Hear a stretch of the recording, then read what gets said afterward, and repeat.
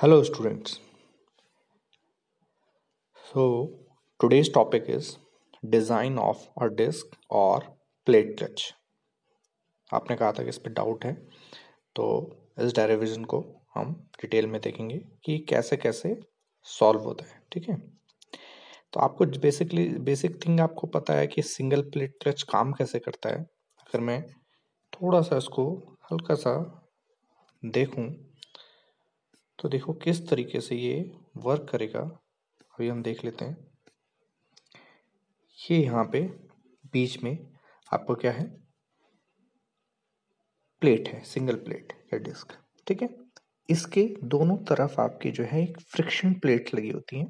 ठीक है, ये दो फ्रिक्शन प्लेट लगी हुई हैं और ये आपका जो है कैसी है, एनुलर रिंग्स है। एनुलर रिंग्स कैसे, मतलब ये बीच में हॉलो है और किनारे किनारे इनके क्या है, आपके फ्रिक्शन सरफेसेस है। ठीक है ना, ये देख रहे हैं आप, ये फ्रिक्शन सरफेसेस है यहाँ पे, ये वाले फ्रिक्शन सरफेसेस। ठीक है ना, रफ सरफेसेस।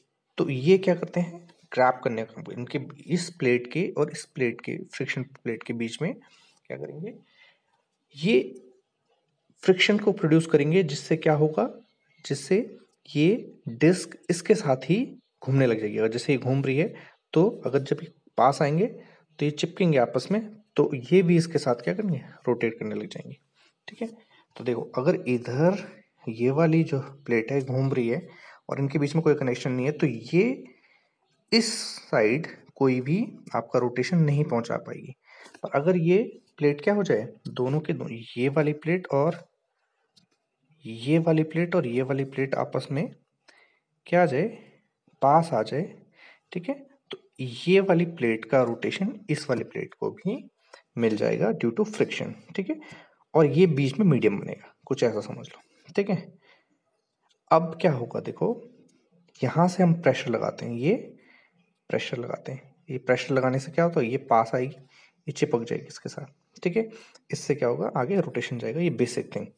ठीक है, अच्छा अब देखो इसमें कुछ चीजें हमें क्या करनी है, सिग्निफाई करनी है। क्या, पहली चीज कि हमने कुछ अज्यूम करना है कि हमने मान लिया कैपिटल टी से हम क्या करते हैं, टॉर्क ट्रांसमिटेड बाय क्लच। हम मान लेते हैं कैपिटल टी क्या है, टॉर्क ट्रांसमिटेड बाय क्लच, मतलब ये रोटेट कर रही है तो इसके अंदर भी क्या होगा, टॉर्क होगा। इस फ्रिक्शन प्लेट के, ये वाली फ्रिक्शन प्लेट है, इसके अंदर क्या होगा, जब ये घूमेगी तो इसके अंदर कुछ टॉर्क होगा। तो अब जब ये पास आएंगी, ये प्रेशर लगने की वजह से, तो क्या होगी, इसका टॉर्क इस प्लेट के थ्रू यहाँ ट्रांसफर हो जाएगा। ठीक है, तो ये जो हो रहा है टॉर्क ट्रांसमिटेड, इसी की बात कर रहा है ये टी, टॉर्क ट्रांसमिटेड की। ठीक है, सेकंड थिंग है P. P, small P, intensity of axial pressure. ये देख रहे हैं आप यहाँ पे, ये intensity of P axial pressure, क्योंकि ये आपकी एक्सिस है। तो अगर देखें हम, ये नीचे की तरफ ये एक्सिस है और ये पी आपका जो है लग रहा है यहाँ पे प्रेशर, तो ये एक्सियल ही है क्योंकि एक्सिस के आपका अलोंग लग रही है। ठीक है, तो एक्सियल प्रेशर है, जिससे क्या हो रहा है, ये जो कॉन्टेक्ट सरफेसेस हैं, कौन कौन से, यहाँ पे ये कॉन्टेक्ट सरफेसेस क्या आ रहे हैं, आपस में क्लोज आ रहे हैं। ठीक है, तो इस कॉन्टेक्ट सरफेसेस क्लोज आने की वजह से क्या हो रहा है, आपका जो है टॉर्क ट्रांसमिटेड हो रहा है, पर ये किसकी वजह से हो रहा है, प्रेशर की वजह से। ठीक है, तो इस प्रेशर की वजह से ये हेल्ड है, नहीं तो क्या होंगे, अलग हो जाएंगे। ठीक है, तो ये स्मॉल पी आपका जो है इंटेंसिटी ऑफ प्रेशर हो गया। अब आता है R1 और R2 क्या चीज है। R1 और R2 क्या है, R1 इसकी ये जो प्लेट है, इसकी आपके जो है इनर रेडियस और आउटर रेडियस है आपकी R2, सॉरी R2 आपकी इनर रेडियस है और R1 आपकी आउटर रेडियस है। ठीक है, तो ये हो गया। अच्छा, R आपकी जो है मेन रेडियस है, मेन रेडियस समझ लो, या फिर ये हमने क्या किया, ये जो प्लेट है यहाँ से यहाँ तक, यहाँ से यहाँ तक ये जो प्लेट है, यहाँ पे फ्रिक्शन सरफेसेस के इतने इतने, यहाँ बीच में ये वाला जो अंदर का पार्ट है ये तो हॉलो है, पर जहाँ जहाँ मैं ये लाइंस बना रहा हूँ, रेड लाइंस, ठीक है ना, यहाँ तक आपकी प्लेट है। तो इसमें से हमने क्या किया कि सेंटर से आर डिस्टेंस पे, सेंटर से आर डिस्टेंस पे क्या कर दिया, एक आपका सेंटर से आर डिस्टेंस पे एक रिंग ले लिया, एन्युलर रिंग। ठीक है, एलिमेंट्री रिंग भी इसे कह सकते हैं, एलिमेंट्री रिंग, ठीक है, जिसकी जो है थिकनेस कितनी है, dr है, जिसकी थिकनेस dr है, ठीक है। अच्छा, हमारा जो कोफिशिएंट ऑफ फ्रिक्शन है वो कितना है, म्यू, जनरली हम म्यू ही लेते हैं, ठीक है। अब हमने एक एलिमेंट्री रिंग ली, जो मैं बताया वो रेडियस r पे है, ठीक है, उसकी थिकनेस आपकी क्या है, dr है, ठीक है। तो अगर मैं क्या करूं, एरिया ऑफ कॉन्टेक्ट सरफेस, कौन सा वाला एरिया, ये वाला एरिया, ये जो पूरा एरिया है जहां पे मैं ये लाइन बना रहा हूँ, ठीक है, ये पूरा एरिया ऑफ कॉन्टेक्ट कितना होगा, 2πr, मतलब इसकी आपकी ये जो यहाँ पे मैंने जितनी भी मैंने शेडेड लाइन खींची हुई है ना, ये देखो जहाँ पर शेडेड लाइन खींची हुई है dr वाले में, ये शेडेड लाइन की बात कर रहा है, ये शेडेड लाइन का एरिया कितना होगा। तो पहले तो उसकी आपने क्या कर ली, सरकमफ्रेंस के लिए निकाल दिया 2πr, और 2πr में अगर मैं थिकनेस का इंटू कर दूंगा dr थिकनेस का, जिस थिकनेस का ये है, तो आपके पास इस एलिमेंट्री रिंग का क्या आ जाएगा, एरिया आ जाएगा, ठीक है। ये केवल एलिमेंट्री रिंग की बात हो रही है, जो ये पतली सी जो डैश डैश करके खींची हुई है मैंने, ये जो एलिमेंट्री रिंग दिख रही है, इसका एरिया की बात कर रहा है अभी, ठीक है। इससे क्या होगा, हम क्या करेंगे, इस एलिमेंट्री रिंग के लिए हम सिचुएशन निकालेंगे, फिर हम इसको इंटीग्रेट कर देंगे कहाँ से, R1 से R2 के बीच में। तो हमें पूरा जितना ही कॉन्टेक्ट सरफेस है, ये जितना भी कॉन्टेक्ट सरफेस यहाँ पे आ रहा है, ठीक है, देख पा रहे होंगे आप, ये पूरा कॉन्टेक्ट सरफेस का मिल जाएगा। पहले हमने एलिमेंट्री रिंग का निकाल देना, फिर हमें पूरे कॉन्टेक्ट सरफेस का मिल जाएगा, ठीक है। ये हमारी प्लानिंग है, ठीक है। अच्छा, चलो ठीक हो गया। अब देखो नेक्स्ट क्या होगा, नेक्स्ट हमारा, हमने क्या कर देना है, फ्रिक्शनल फोर्स कितना होगा। अब हम एलिमेंट्री रिंग के अंदर ये देखेंगे फ्रिक्शनल फोर्स कितना होगा, ठीक है, जो टेंजेंशली आपका जो है रेडियस आर पे लग रहा है, जो कोई एलिमेंट्री रिंग है, ठीक है, उस पे आपका जो है फ्रिक्शनल फोर्स कितना लगेगा। तो हमने माना कि वो कितना है, एफ आर है, ठीक है। पर एफ आर निकालने के लिए क्या चाहिए हमें, एफ आर क्या होता है, फ्रिक्शनल फोर्स, फ्रिक्शनल क्या होता है, फ्रिक्शनल फोर्स होता है म्यू इंटू आर, ठीक है। और आर जहाँ पे क्या होता है, आर यहाँ पे हमने आर की जगह क्या लिखा हुआ है, डेल्टा डब्ल्यू लगा हुआ है, जनरली हम क्या लिखते हैं, R, F equals to mu R लिखते हैं, ठीक है। और इसकी जगह हमने क्या लिख दिया, म्यू डी डब्ल्यू, मतलब ये आर की जगह काम कर रहा है। आर क्या होता था, आर हमारा होता था रिएक्शन फोर्स, ठीक है। तो यहाँ पर वो रिएक्शन फोर्स, ठीक है, कौन सा है, यहाँ पर वो रिएक्शन फोर्स है ये वाला, ये जो यहाँ पे ये W लग रहा है, ये जो यहाँ पे ये W लग रहा है यहाँ पे, ये वो रिएक्शन फोर्स है, ठीक है। अब ये तो टोटल W है, बिकॉज ऑफ हम एलिमेंट्री रिंग की बात कर रहे हैं, तो हम उसे DW से डिनोट कर लेते हैं, ठीक है ना। ठीक है, अब देखो तो कैसे काम करेगा। तो अब हमें चाहिए FR, तो FR के लिए हमने DW निकाला। DW कैसे निकलेगा, वो क्या है, axial force on the ring, जो मैंने बताया आपको, वो प्रेशर इनटू एरिया से निकल जाएगा। प्रेशर इनटू एरिया क्या है, प्रेशर हमें पता है स्मॉल p है, और एरिया कितना है अभी हमने निकाला था 2πr इंटू dr।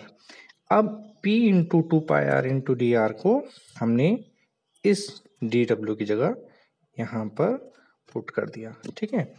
अच्छा, फिर क्या होगा, एफ आर की वैल्यू हमें आ गई। ये एफ आर क्या है, एक्चुअल में रिंग का फ्रिक्शनल फोर्स, रिंग पे जो फ्रिक्शनल फोर्स लग रहा है, ठीक है। अब फोर्स आ गया, तो अब हम क्या निकालेंगे, फ्रिक्शनल टॉर्क निकालेंगे। बेसिकली हमें चाहिए क्या होगा, टॉर्क, कितना टॉर्क हम ट्रांसमिट कर सकते हैं। तो टॉर्क के लिए टी आर इक्वल्स क्या होता है, एफ इंटू आर, ये फॉर्मूला है।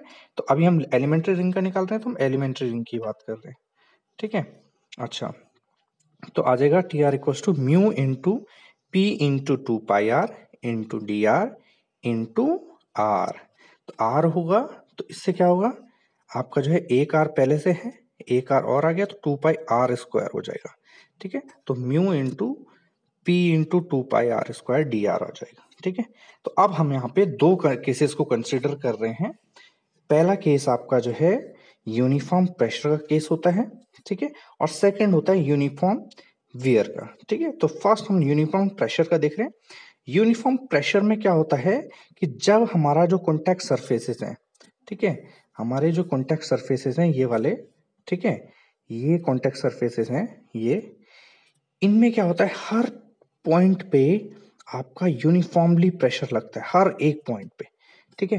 तो इसे बोलते हैं यूनिफॉर्म प्रेशर, ठीक है, यूनिफॉर्म प्रेशर बोलते हैं, ठीक है।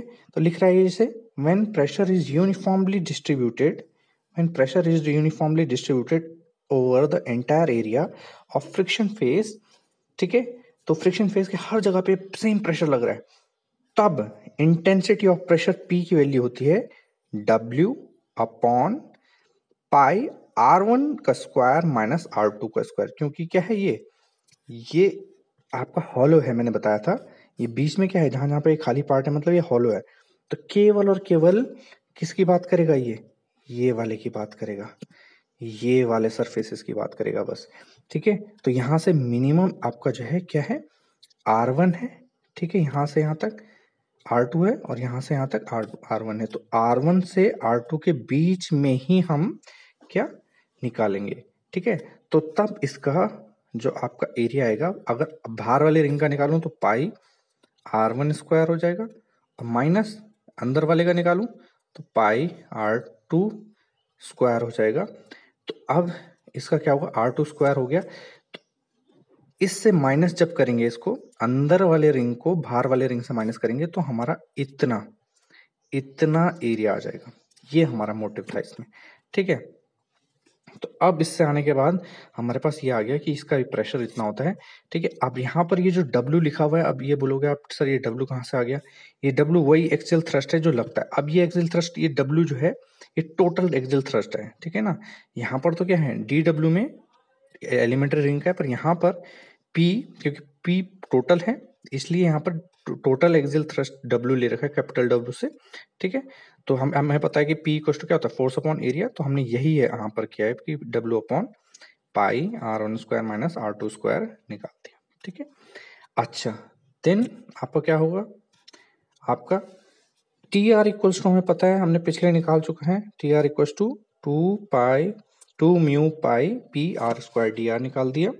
तो आपके पास आ जाएगा फिर टोटल फ्रिक्शनल टॉर्क निकालने के लिए टोटल T निकालना है। तो हमने क्या कर दिया, इस एलिमेंट्री रिंग का जो निकाला था इसको R1 से R2 के बीच में क्या कर दिया, इंटीग्रेट कर दिया। इंटीग्रेट करने की वजह से क्या हुआ, आप सॉल्व करोगे, देखो 2 पाई म्यू P, ये सारे के सारे कांस्टेंट है, ये बाहर आ गए, बचा के अंदर, क्योंकि DR के रिस्पेक्ट में इंटीग्रेट कर रहे हैं तो R ही इसमें अंदर रहेगा। R स्क्वायर है अंदर, तो R स्क्वायर का इंटीग्रेशन करोगे तो R³/3 आ जाएगा। R1 से R2 के बीच में लिमिट लगाएंगे तो आपके पास ये आ जाएगा 2 पाई mu P R1³/3 minus R2³/3, ठीक है। 2 पाई म्यू तो सेम रहेगा, P की वैल्यू हमें पता है यूनिफॉर्म प्रेशर के केस में कितनी होती है, W अपॉन पाई R1 का स्क्वायर माइनस R2 का स्क्वायर, जो हमने अभी पीछे निकाला। और यहाँ पर सेम यही वैल्यू R1 का क्यूब माइनस R2 का क्यूब अपॉन 3, क्योंकि दोनों के दोनों क्या है, सेम आपका जो है डिनोमिनेटर है, तो हमने यहाँ पे 3 लिख दिया।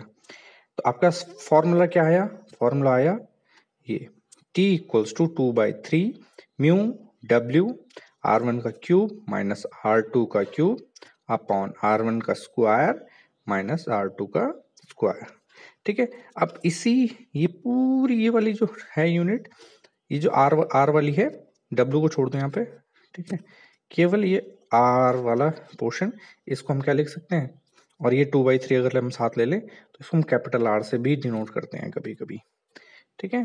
पर इससे कोई बहुत बड़ा फर्क नहीं पड़ता, आप ऐसे भी लिख सकते हो, सिंपल ऐसे भी लिख सकते हो, पर आपको यहाँ पर डिनोट करना पड़ेगा। तो बेटर ये है कि आप इसको ऐसे ही याद करो, ठीक है। अब सेकंड केस आता है कंसिडरिंग यूनिफॉर्म एक्सियल वेयर, ठीक है। इस केस में क्या होगा, आपका जो है जो नॉर्मल वेयर होगा वो क्या होगा, आपका कांस्टेंट रहेगा, ठीक है ना। और ये proportional to the work of friction रहेगा, मतलब वर्क ऑफ फ्रिक्शन मतलब फ्रिक्शन की वजह से जो वर्क, अच्छा वर्क ऑफ फ्रिक्शन जो है वो किसके प्रोपोर्शनल होता है, वो normal pressure into sliding velocity P into V के प्रोपोर्शनल होता है। तो हम इसको लिख सकते हैं कि, क्योंकि हमें पता है कि नॉर्मल वेयर कांस्टेंट रहने वाला है, तो इसलिए हम सीधे लिखेंगे, जब नॉर्मल वियर कांस्टेंट रहेगा तो it means work of friction भी कांस्टेंट रहेगा, वर्क ऑफ फ्रिक्शन कांस्टेंट रहेगा तो नॉर्मल भी ये जो P इंटू वी आया ये भी कांस्टेंट रहेगा। तो हम लिख सकते हैं P into V equals to constant K, ठीक है। और P की वैल्यू हम K अपॉन V भी निकाल सकते हैं, ठीक है। ये आपका यूनिफॉर्म वियर का केस है, ठीक है। अच्छा, अब इसको थोड़ा और आगे समझेंगे तो आपको दिखेगा कि हमें पता है, ठीक है, P आपका नॉर्मल इंटेंसिटी ऑफ प्रेशर है, ठीक है। हमने मान लिया कि R डिस्टेंस पे जो हमने एलिमेंट्री लिंक मानी है उसके लिए मान लो, ठीक है। तो हम इसको ऐसे भी लिख सकते हैं P into R equals to C, ठीक है। अब ये कैसे आया, ये ऐसे आया क्योंकि आपका क्या होता है कि आपके कोई रिंग है, जैसे ऐसी रिंग है, ठीक है। तो डिफरेंट डिफरेंट आपके आर पे, रेडियस पे आपका क्या होगा, डिफरेंट डिफरेंट वेलोसिटी होगी, ठीक है। और उन वेलोसिटी के अकॉर्डिंग आप बोल सकते हो कि वेलोसिटी आपके किस पे डिपेंड कर रही है, आर पे डिपेंड कर रही है। तो आप इस पे क्या कर सकते हो, आप P इंटू वी की जगह P इंटू आर भी डिनोट कर सकते हो। तो P into R equals to क्या आ गया, कांस्टेंट आ गया C, ठीक है। इसका वैसे और भी रीजन है पर यहाँ पर इतना ज़्यादा एक्सप्लेन करने की जरूरत नहीं है आपको, बस आप इतना फिलहाल समझिए इस चीज़ को कि P into R equals to C हो जाएगा, कांस्टेंट हो जाएगा, ठीक है। अच्छा, इतना याद रखना, ये है आपकी कभी भी आपकी कंडीशन आएगी नॉर्मल वेयर जब यूनिफॉर्म वेयर थ्योरी में, तो आपको इतना याद रखना है P into R equals to C होता है, आपको ये चीज याद रखनी है बस मेन, ठीक है। अच्छा, जब आप ये याद रखेंगे, अच्छा पर अभी चलो फॉर्मूला वाइज तो क्लियर हो गया कि ये P into R equals to C होगा। पर अगर मैं देखूं कि किस चीज से कि ये सिग्निफिकेंटली या कैसे वर्क करेगा, तो अगर आप देखोगे कि दो प्लेट हैं, ठीक है, ऐसी दो प्लेट हैं कोई, और ये आपस में रगड़ रही हैं, ठीक है, सोचो आपस में रगड़ रही हैं, तो आप क्या हो, ये घिसेंगे आपस में, वो घिसना ही क्या है, वेयर है, ठीक है। तो जब स्टार्टिंग में क्लच जो है आपका क्या करते हैं, घिसते हैं, ठीक है ना। तो वहां पर आपका क्या होता है, शुरुआत में यूनिफॉर्म प्रेशर होता है, ठीक है ना। पर जैसे जैसे घिसने लगता है तो तब आपका यूनिफॉर्म वेयर, मतलब हर जगह से सेम तरीके से आपका वेयर आउट होती है, ठीक है ना। अलग अलग प्रेशर की वजह से अलग अलग जगह पे अलग अलग तरीके से, ठीक है। तो आपको बस इतना याद रखना है कि यूनिफॉर्म वेयर के केस में क्या होता है कि मतलब वेयर आपका जो है हर जगह पे सेम होता है, ठीक है। अच्छा, अब देखो इस नॉर्मल फोर्स के लिए निकालेंगे अब फिर वही कंडीशन जैसे पिछले यूनिफॉर्म प्रेशर के लिए निकाली थी। डी डब्ल्यू क्या होगा रिंग में, P into two pi R into D R होता है, ये हमने पहले भी निकाल चुका है। बस हमने क्या कर देना है, पी की जगह क्या रख देना है, सी अपॉन आर रख देना है। जबकि वहां पर हम क्या रखते थे, वहां पर हम आपका डब्ल्यू अपॉन समथिंग रखते थे, पर यहाँ पर हमने सी अपॉन आर रखना है, ठीक है। तो यहाँ पर आपका जो है ये वैल्यू आ जाएगी, आर से आर कैंसिल हो जाएगा, ठीक है। तो two pi C D R आ जाएगा, ठीक है। तो अब क्या होगा, अगर हम टोटल फोर्स एक्टिंग निकालेंगे, ठीक है, तो डब्ल्यू कितना आ जाएगा, आर वन से आर टू के बीच में कर दो तो आपको मिलेगा two pi C R one minus are two. आप इसको सॉल्व करके देखेंगे, ठीक है। तो फाइनल आपका मिलेगा C equals to two W upon two pi R one minus are two, ठीक है। आप देखोगे पिछले वाले में हमने ये नहीं किया था, बट यहाँ पर क्या था, एक कांस्टेंट था, इसकी वैल्यू निकालने के लिए हमने ये सब चीज की, नहीं तो हमें इतना करने की जरूरत नहीं होती, ठीक है। अच्छा, फिर आप आ जाओगे टी आर में, एलिमेंट्री रिंग का torque two pi mu P R square D R, जो पहले था वही रहेगा सेम, बस हमने पी की जगह क्या रख देना है, सी अपॉन आर रख देना है, ठीक है। वैल्यू आएगी two pi mu C R into D R, ठीक है। अब हमने सी की जगह क्या रख देना है, सी की जगह आप रख दोगे, अभी नहीं, पहले आप इसको सॉल्व करोगे टोटल फ्रिक्शनल टॉर्क के लिए, आप जैसे इंटीग्रेट करते थे same two pi mu C D R कर देंगे, तो सॉल्व करके आपकी वैल्यू आएगी टू पाई म्यू सी, और इसको अंदर सॉल्व करोगे तो आर आर की जगह क्या हो जाता है, आर स्क्वायर हो जाएगा, r r one square minus are two square upon two आ जाएगा इंटीग्रेशन करके। तो अब देखो अपॉन टू से एक टू कैंसिल हो जाएगा, बचेगा क्या, pi mu C R one square minus are two square, ठीक है, pi mu into W upon two pi R one minus are two, वही हमने सी की वैल्यू यहाँ पर पुट कर दी, ठीक है। Are one square minus are two square को खोलेंगे a plus b minus b से, r one plus are two, r one minus are two आ जाएगा। ठीक है, तो नीचे वाला r one minus are two और इससे कैंसिल हो जाएगा, are one minus are two से बचेगा क्या, 1/2 pi mu r one plus are two. ठीक है, अब देखोगे पाई और म्यू को एक साथ लिख दो या म्यू पाई एक साथ लिख दो, R one plus are two I two को हम लिख सकते हैं आर कैपिटल आर से। ठीक है, अलग से भी तब हम लिख सकते हैं T equals to mu W R, और आर को अलग से हम दिखा सकते हैं कि वो क्या है, are one plus are two by two है। तो ये आपकी जो है यूनिफॉर्म वेयर थ्योरी है। ठीक है, अब यहाँ पे कुछ चीजें ध्यान रखने की क्या जरूरत है वो देख लेते हैं। ठीक है, सबसे पहली चीज, इन जनरल आपका जो है टोटल फ्रिक्शनल टॉर्क होता है T equals to N mu W capital R. Capital R जो है मैंने बता दिया, जब आप यूनिफॉर्म प्रेशर की थ्योरी में ले रहे थे तो 2/3 आपका जो है आर वन का क्यूब माइनस आर टू का क्यूब अपॉन आर वन का स्क्वायर माइनस आर टू का स्क्वायर ऐसे करके कुछ आ रहा था। ठीक है, वो आर यहाँ पर रख सकते हैं जब यूनिफॉर्म प्रेशर थ्योरी यूज कर रहे हैं। ठीक है, और स्मॉल एन क्या है, ये number of pair of friction है। ठीक है, कितने फ्रिक्शन सरफेसेस आ रहे हैं। ठीक है, तो सिंगल प्लेट के लिए एन इक्वल्स टू कितना होता है, 2 होता है। सिंगल प्लेट के लिए एन इक्वल्स टू 2 होता है। ठीक है, ये चीज हमें ध्यान रखनी है। अच्छा, सिंगल प्लेट के एन इक्वल्स टू 2 होता है, और मल्टीप्लेट कर्व के लिए आपका अलग फॉर्मूला होता है। ठीक है, जिसमें आप n1 प्लस n2 माइनस 1 करके फॉर्मूला होता है, वो मैंने अभी इसमें एक्सप्लेन नहीं किया है, वो मैं नेक्स्ट वीडियो में एक्सप्लेन कर दूंगा अगर आपको चाहिए होगा, नहीं तो आप एक बार बुक पे देख लोगे तो आपको क्लियर हो जाएगा। ठीक है, सेम है, बस उसमें केवल n का डिफरेंस होता है। अच्छा, कैपिटल आर आपका जो है यूनिफॉर्म वेयर थ्योरी के लिए आपको पता है are one plus are two by two होता है, सिंपल है। ठीक है, अच्छा, जब आप पी मैक्स निकालते हो, अगर आपको बोलेंगे मैक्सिमम इंटेंसिटी ऑफ प्रेशर कितना होगा, तो हमेशा सी अपॉन आर टू वैल्यू आ जाएगी उसकी। आर टू क्यों, क्योंकि जितना कम रेडियस होगा उतना ज्यादा प्रेशर होगा। ठीक है, अच्छा, अब रेडियस बढ़ेगा तो ज्यादा रेडियस में आपका जो है पी मिनिमम, सबसे ज्यादा रेडियस कहाँ होती है, आर वन पे होती है, तो बी मिनिमम आपको जो है सी अपॉन आर वन से मिलेगा। ठीक है, अच्छा, एवरेज निकालना है अगर प्रेशर, तो W upon pi R one square minus are two square, जो हम पहले भी निकालते थे। अब इसमें एक चीज और ध्यान देने वाली बात है, जब भी न्यू क्लच होगा, कहीं पर क्वेश्चन में दिया है कि ये न्यू क्लच है, तो हमेशा यूनिफॉर्म प्रेशर थ्योरी लगाई जाती है। ठीक है, और जब आपका जो है ओल्ड क्लच हो जाएगा, तो आपका जो है यूनिफॉर्म वेयर थ्योरी लगाई जाती है।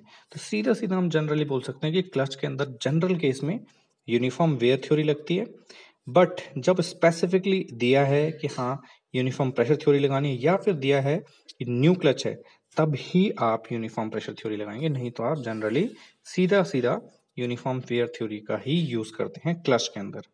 ठीक है ना, ये चीज आपको ध्यान रखनी है। ठीक है, तो अब मैं यहीं पर स्टॉप कर रहा हूँ इसको। अगर फिर भी अगर आपको कोई डाउट होता है, ठीक है, तो मुझे बताइए। थोड़ा मैंने इसको रफली एक्सप्लेन किया है, बट अगर फिर भी डाउट होगा तो मुझे फिर बताना, तो मैं इसको क्लियर कर दूंगा। ठीक है, ओके।